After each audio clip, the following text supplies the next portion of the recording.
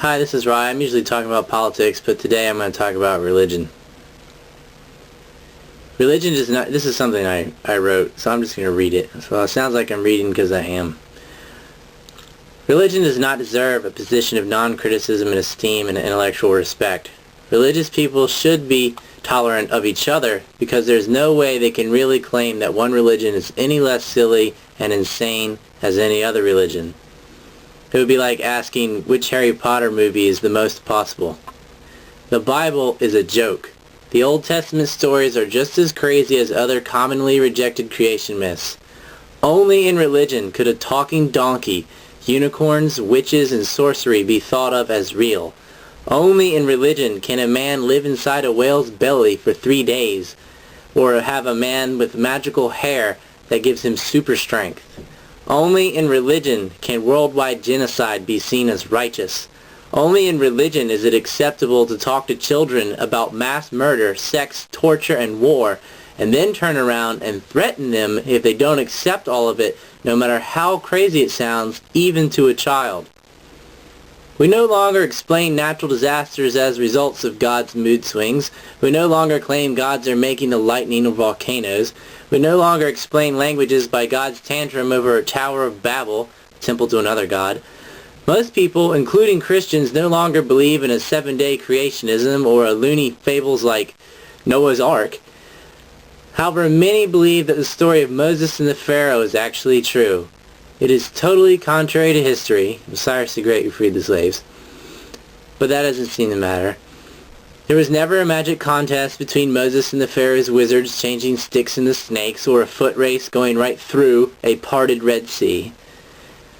How do these myths stay alive when they are based on things that we have loads of open historical evidence and mountains of scientific evidence to refute? Well, people are raised with an emotional attachment to whatever faith they cling to and will simply deny logic and reason. Fundamentalists flirt with mental illness. Fund a mental illness. But most followers are not so stupid or prone to dogmatic groupthink as them. The main method of evidence dodging besides ignorance is excuse-making or rationalizations. They use a says versus means excuse. That is, the Bible never means what it says, it always says what you mean. They use that excuse for most things, including basic math, like how plants, animals, and stars can be made in only days, and days make up years, and yet plenty of biblical characters can live to be well past 200 years old. They will call slaves indentured servants, as if that was okay either, even though we know damn well that they had both kinds of slaves. The Bible even gives rules on how to beat them and how to buy and sell them. Pointless things like animal sacrifice are no longer in style, even though books like Leviticus go over it in great detail. There needs to be a new term for a certain group of people, and that's the Christians who have basically rejected the entire Bible other than the Jesus story and an afterlife.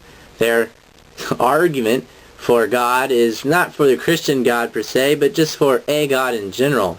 Perplexed on the question of how things got here, they decided that something can't come from nothing, so God must have created everything. A huge problem with that is assuming that all was void. Another huge problem is the God explanation explains nothing. It just creates a thing which can magically make everything. Why assume that being was made? One could equally turn the question on its head and ask, where does nothingness come from? And people say, well, nothing just comes from prior nothingness. It can't come from something, so God must have made the nothing. Nothingness does not have to come from being. Nothing just remains nothing. Prior nothing stays nothing. It is eternal. Likewise, being does not have to be created out of a void. Being remains being. It does not come from prior being. It is the prior being. It is eternal. Matter is eternal.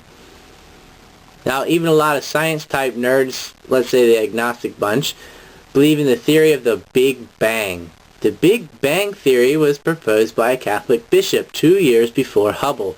The idea spread pretty fast, but scientifically it has very poor evidence. In fact, evidence is quite contradictory to it. But even being arrogant and stupid enough to think that we could possibly crunch as much data as the location of everything in space is pretty absurd. We have not even explored the whole of our own solar system. We haven't even completely mapped our own oceans. But you don't have to know the secret of the universe or the entire historical past of all matter to reject religions. An atheist doesn't have to know where the earth originated, etc. They only have to know where it did not. And it sure wasn't from a lotus growing from the belly of Brahman, or a magical garden, or it's not sitting on the back of a giant turtle, and so forth. It is 2007. What is wrong with people? This isn't a difficult question. This is not some deep philosophic or inquiry or scientific mastery. It doesn't require anything like that. It's just plainly rejecting absolutely retarded superstitions. That is all.